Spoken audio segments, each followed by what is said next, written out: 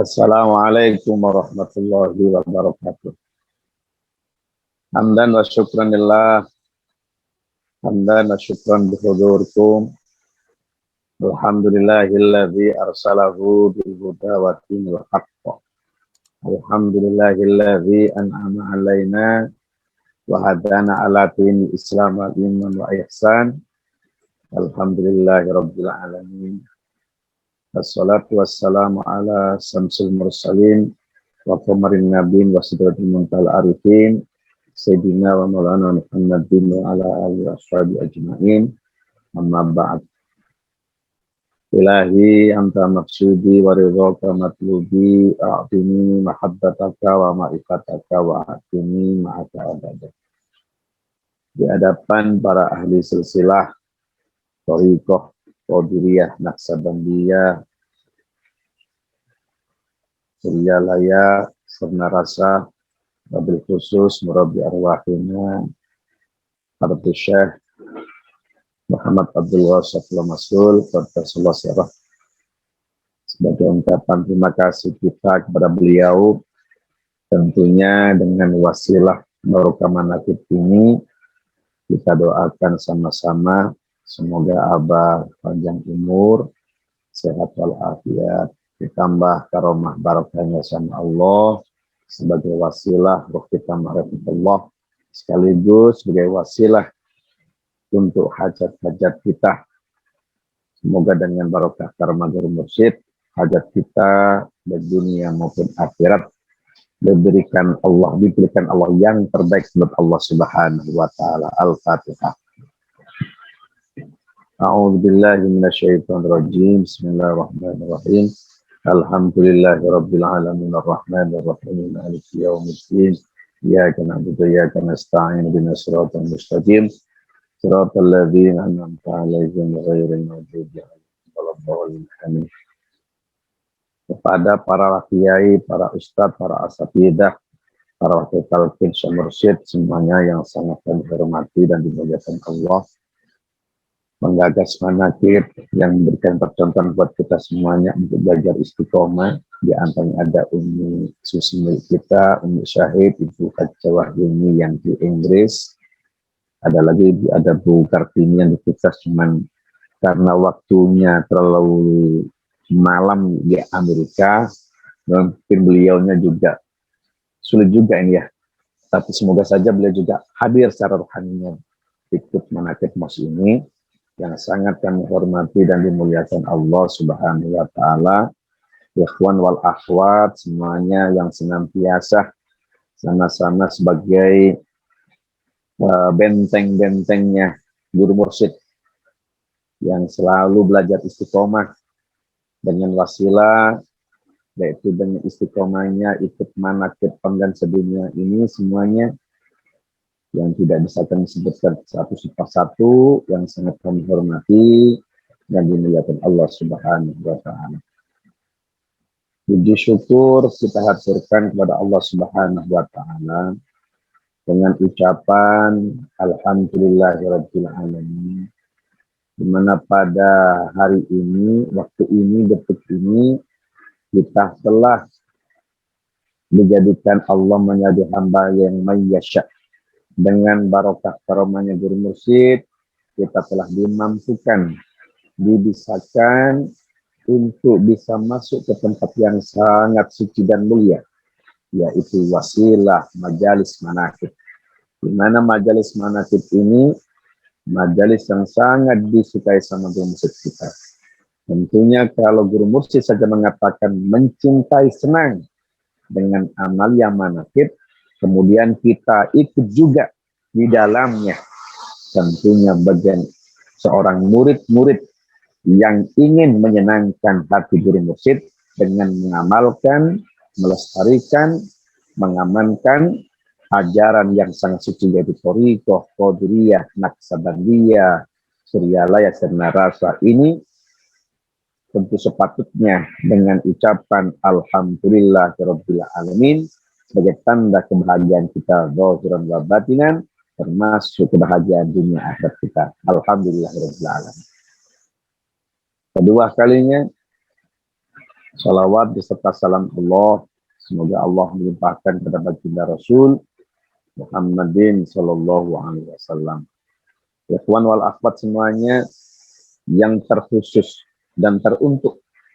Pertama yang pada hari ini yang maulid kelahirannya ada Ning Ina, putrinya Bu Hajah Niken. Ada juga Umi Susi milik kita juga yang berulang tahun. Ada juga Ibu Hajah Makasih Pak Kiai. Nurwendo, Karsasi Nurwendo yang sangat berbahagia dengan adanya alhamdulillah cucunya. Bertambahnya cucunya Neng juga Ina, ya. Neng Ina. Ya, alhamdulillah. Semoga dengan maulidnya ini menjadi manusia-manusia yang taat kepada Allah dan Rasulnya, menjadi hamba-hamba yang selalu takwa kepada Allah dan Rasulnya, dan hidupnya bermanfaat dunia akhirat, terutama menjaga agamanya dengan wasilah thariqah qadiriyah naqsabandiyah suryalaya rasa. Semoga semuanya panjang umur, berkah selamanya, segalanya semuanya. Alhamdulillah. Ikhwan wal akhwat semuanya, ini saya pakai headset biar gak terdengar suara hujan deras. Karena sebagiannya itu masih pakai gafalum, belum didek. Semoga saja dengan hujan ini berkah semuanya. Tandanya ada rahmat dari Allah Subhanahu wa taala. Hadirin wal hadirat, ikhwan wal akhwat. Terkait dengan bulan Ramadan. Kenapa sih Allah itu ada kalimat itu panggilannya ada ya ayuhan nas, ada ya ayyuhalladzina aman. Pertama Allah memanggil dengan kalimat ya ayuhan nas, wahai manusia. Kalau sudah kalimatnya wahai manusia, itu Allah memanggil dalam hal apa? Allah memanggil wahai manusia, itu Allah memanggil ketauhidan. Allah memanggil supaya manusia itu bertauhid, menyembah Allah Subhanahu wa taala. Di mana letaknya? Di wilayah Mekah. Itu menggambarkan orang yang pertama kali untuk bisa melaksanakan ibadah itu tentunya harus sebagaimana hadis Rasul, al-awwalu wajibun 'alan nas bi ma'rifatillah. Pertama kali orang belajar beragama itu satu harus mengenal Allah dulu. Maka Allah menyindir, memberikan satu bahasa yang sangat umum, yaitu panggilnya wa ya ayuhan nas, wahai manusia. Disuruh apa? Menyembah Allah. Kemudian Allah memanggil dengan kalimat bukan nas lagi, ya ayyuhalladzina amanu. Di situ Allah menitik beratkan dengan kalimat wahai orang-orang yang beriman. Kenapa ada kalimat yang beriman? Di situ harus digarisbawahi. Allah tidak akan memanggil orang Islam. Allah memanggil iman. Kenapa? Karena ada satu kaidah dalam ilmu balaghah itu, al-insanu kal hayawanun natik. Manusia itu seperti binatang ternak. Saya ulang, ada satu kaidah, manusia itu seperti binatang ternak. Kalau dikatakan manusia seperti binatang ternak, contohnya binatang ternak itu apa? Kambing, sapi, kerbau.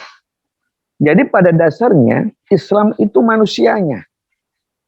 Maka Allah tidak memanggil, karena bisa juga manusia itu orang Islam tanpa iman bisa juga seperti binatang. Binatang kambing itu punya mata. Binatang kambing punya telinga. Kambing juga punya mulut. Manusia juga punya mata. Manusia juga punya mulut.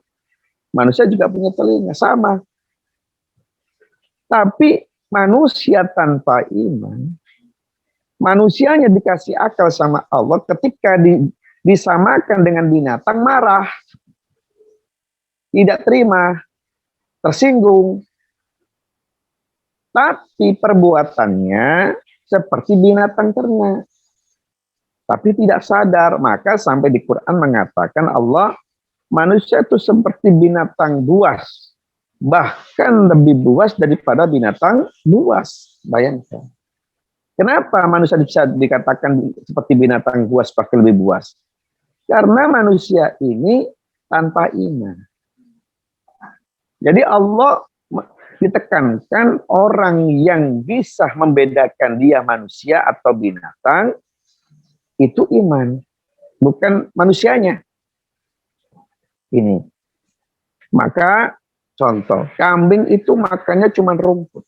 Apapun yang berkaitan dengan rumput dimakan. Tidak ada kambing makan soto daging, tidak ada kambing makan rawon setan, tidak ada kambing makan bebek sijai, tidak ada. Cuman rumput. Yang berkaitan dengan rumput ada kecamba, ada timun, ada terong, macam-macam. Kangkung, itu makanannya kambing. Sedangkan anjing, itu binatang juga. Segalak-galaknya anjing, sebuas-buasnya anjing, tidak ada anjing makan terong. Segalak-galaknya anjing, sebuas-buasnya anjing, tidak ada anjing makan kangkung. Anjing cuman yang dicari tulang sama daging. Ini. Tapi kalau manusia, selama manusia itu tanpa iman, wah subhanallah. Tidak cuman nasi yang dimakan, juga makan kangkung, makan terong, makan kecamba, makan ayam, makan daging sapi, makan daging kerbau, bahkan kalau tanpa iman sampai dagingnya binatang tikus dimakan, anjing dimakan, kucing dimakan, apapun dimakan kalau tanpa iman itu. Apa cuman itu? Tidak. Sampai-sampai uang negara dimakan juga. Sehingga apa? Kalau yang dimakan itu uangnya negara, berarti keluarganya dikasih makan haram. Jangan heran kalau ada anak pejabat durhaka. Jangan heran kalau ada seorang anak pejabat kok banyak tingkah, sok-sokan. Karena apa? Karena bisa juga yang dikasih makan barang haram. Ini. Yang diminum tidak cuman hanya air putih. Kalau kambing air putih saja, tidak ada kambing minum kolak itu nggak ada. Minum Sprite nggak ada. Kambing minum Coca-Cola nggak ada. Anjing pun seperti itu. Yang diminum cuma air. Kalau manusia ya Coca-Cola, apalagi waktu puasa. Yang diminum macam-macam. Ada kolak, ada es, ada macam-macam. Kalah pasar. Semuanya ada semua, penuh. Jadi kadang-kadang di zaman sekarang orang puasa itu cuma hanya pindah waktu aja makannya. Duhur biasanya makan pagi, digeser sahur. Jam 7 makannya, duhur biasa makan, digeser hanya maghrib. Begitu adzan maghrib, subhanallah. Di situ makannya seperti warung makan, restoran, apapun ada. Begitu tarawih, banyak yang ngantuk. Kenapa? Kekenyangan. Ini semuanya sama seperti itu. Nah, ini Allah mendidik kita sebagaimana yang orang itu dititikkan sama Allah itu iman. Makanya dengan iman itu manusia itu akan tahu dirinya. Kalau Islam itu manusianya. Maka Allah memanggil apa? Memanggil manusia yang punya mata batin sudah bisa melihat, punya telinga batin sudah bisa mendengar, punya mulut batin sudah bisa berbicara. Maka dipanggil sama Allah. Kalau sudah panggil ya ayyuhalladzina amanu, di situ ruh hakikat manusia menjawab, ada apa ya Allah? Kutiba alaikumusyamu kama kutiba alladzina min qablikum la'allakum tattaqun. Wahai orang-orang yang beriman diwajibkan atas kamu berpuasa. Jadi kalimat wahai orang beriman itu tandanya orang ini sudah bisa dikasih proyek ibadah sama Allah. Disuruh sholat pasti sholat karena iman. Disuruh puasa pasti puasa. Disuruh haji akan haji bagi yang mampu. Iman ini penting. Dengan keimanan, orang akan menjadi manusia yang bermartabat. Tanpa iman, tak ubahnya manusia seperti binatang ternak. Bahkan lebih buas, lebih galak dibandingkan binatang buas. Contoh, maka dengan momen Ramadan, dengan siamur Ramadan, Allah mendidik manusia supaya tahu diri bahwa dia itu manusia atau bukan. Karena banyak manusia, wujudnya manusia, tabiatnya seperti binatang. Makanya orang kalau tidak ada iman, jiwa malunya nggak ada di jalan raya. Sekarang ini mohon maaf, banyak orang berjilbab itu bukan karena faktor, karena perintah. Dia berjilbab cuman ada satu, mengikuti zaman, mengikuti mode, fashion. Yang kedua, tujuan berjilbab bukan karena ibadah, untuk menutup aurat. Cuman apa? Nutupi botak. Botaknya biar gak kelihatan. Bisa juga jilbabnya untuk apa? Menutupi oban. Ini banyak, mohon maaf, di Surabaya itu banyak orang masuk ke mall, seorang bapak, ibu bawa anak. Di siang bolong di bulan Ramadan, masuk ke McD, ke McDonald, makan siang. Mungkin orang beranggapan mungkin ini musafir. Zaman dulu, orang kalau tidak puasa itu malu. Tapi sekarang ini banyak orang berjilbab tanpa malu. Kenapa jilbabnya? Mungkin jilbabnya tanpa dasar agama. Maka dia tidak malu ketika tidak puasa. Inilah banyak manusia, Allah menunjukkan ini manusia atau binatang. Di bulan Ramadan makan seenaknya. Seenak udri dewi kata orang Jawa. Kalau orang itu beriman, malu kalau nggak puasa. Setidak-tidaknya mereka tidak puasa, cari tempat tersembunyi. Zaman dulu seperti itu. Almarhum ibu saya dulu waktu kecil, ketika orang perempuan ada halangan itu, menstruasi. Ketika beliau tidak puasa, beliau minggir. Makanya tersembunyi. Jangan sampai kelihatan anak. Tapi sekarang orang tua sekarang mendidik anaknya durhaka terang-terangnya. Dengan apa? Dengan makan seenaknya. Di hadapan orang. Suaminya juga ikut. Ini banyak sekarang ini. Nah ini guru mursyid, alhamdulillah Abah mendidik kita, murid-murid Abah yang benar-benar mau berguru ke Abah Aos, dan mau menjalankan apa yang ditampilkan guru mursyid di kerja dan di kopi, pasti punya sifat malu. Malu. Dan malunya apa? Ketika di bulan Ramadan terang-terangan makan. Nggak ada itu. Kecuali yang masih baru belajar agama, barusan ditalkin, masih belum maksimal zikirnya, bisa dia masih terang-terang. Tapi semakin dia maksimalkan zikirnya, pasti ada rasa jiwa malu.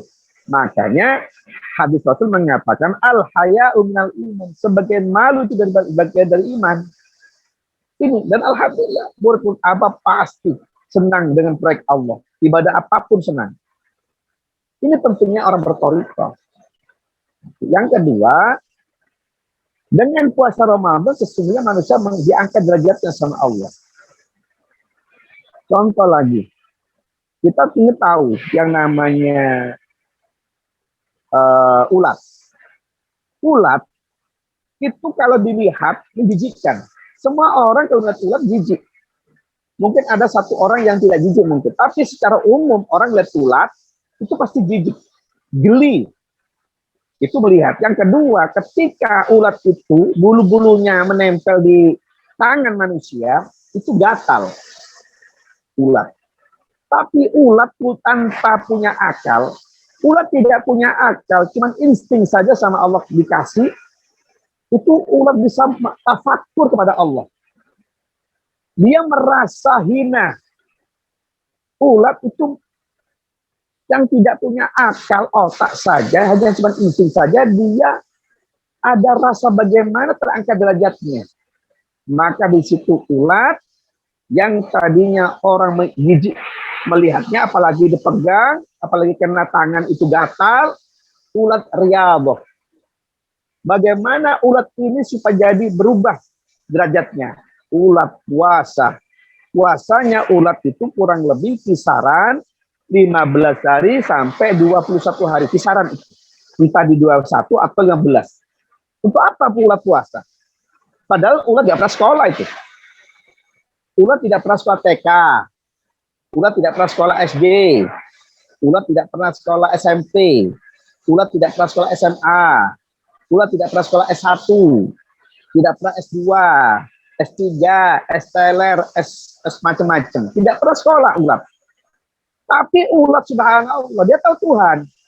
Tapi sekarang ini banyak orang sekolahnya pilihan, bonafit mulai TK-nya dicarikan yang hebat, unggulan, SD-nya unggulan, SMP-nya unggulan, SMA-nya unggulan sampai dituliskan ke sana kemari.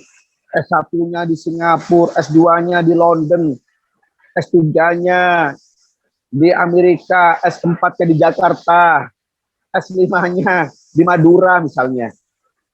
Tapi kadang-kadang sampai titel profesor, kadang ada nggak puasa di bulan Ramadan. Apa manfaatnya gelar profesor doktor kalau tidak mampu puasa? Berarti kan kalau sama ulat. Ulat tanpa sekolah, ngerti Tuhan. Masa yang sekolah mulai TK sampai perguruan tinggi S2, S3, S concung, S teler, tidak bisa puasa? Kan aneh ini, lucu kan? Bayangkan, berarti kan banyak orang pintar tidak mengenal Tuhan. Bangga bersyukurlah banyak profesor-profesor masuk ke Thariqat itu dia mencari Tuhan. Dan alhamdulillah dikenalkan sama guru mursyid, bisa kenal Allah dengan zikir la ilaha illallah sama zikir khafi. Ulat puasa dan puasanya ulat subhanallah itu 15 hari sampai 21 hari itu non-stop. Tidak makan, tidak minum, tidak mati. Ayo coba kita cari buat eksperimen, eksperimen. Kita cari benar-benar ulat, itu lihat apa pernah ulat makan sahur? Enggak. Tidak ke warung. Ulat pun tidak berbuka, tidak mencari takjilan. Tapi benar-benar dia yakin sama Allah. Bayangkan ulat sama binatang saja kenal Allah.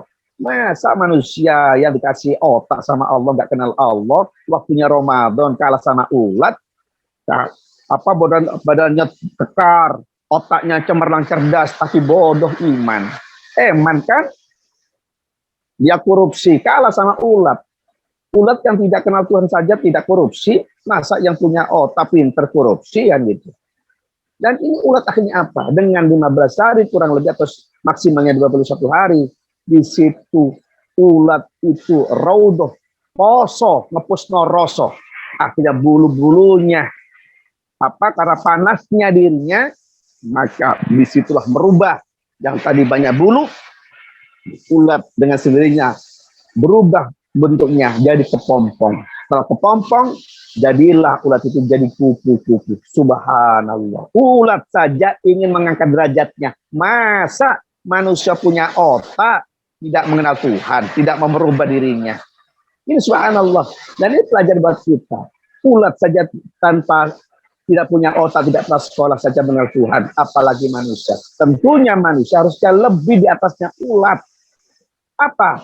Khairun nas anfa'uhum. Sebaik-baik bermanfaat, ilmunya manfaat. Orang ilmunya manfaat itu karena keimanan. Tapi kalau punya keilmuan tanpa iman, di situ ada komersialnya, dijual ilmunya dengan harga murah. Kenapa? Dunia. Dan kita sama abad diajari bagaimana ilmu bermanfaat untuk umat, bagaimana hartamu bisa bermanfaat untuk umat, bagaimana jabatanmu bisa bermanfaat untuk umat. Jadi intinya kenapa bisa bermanfaat? Orientasinya cuma iman, dan guru mursyid memberikan alat cuma satu, dengan ditanamkan zikir kalimat la ilaha illallah. Dan alhamdulillahirabbil alamin, kita semuanya sudah dikasih alat sama Abah, yaitu dikejar zikir khafi supaya menjadi hamba-hamba Allah yang punya predikat iman. Dan kalau sudah punya label iman, di situ pasti Allah kasih proyek. Apa proyeknya? Ibadah. Ibadah apapun, baik wajib maupun sunnah, baik mardho maupun ghairu mardho, baik yang wajib maupun yang tidak, semuanya bisa dijalankan, akan dibeli proyek itu. Karena apa? Karena punya keimanan kepada Allah Subhanahu wa taala. Itu saja dapat kami sampaikan, kurang lebih mohon maaf. Assalamualaikum warahmatullahi wabarakatuh.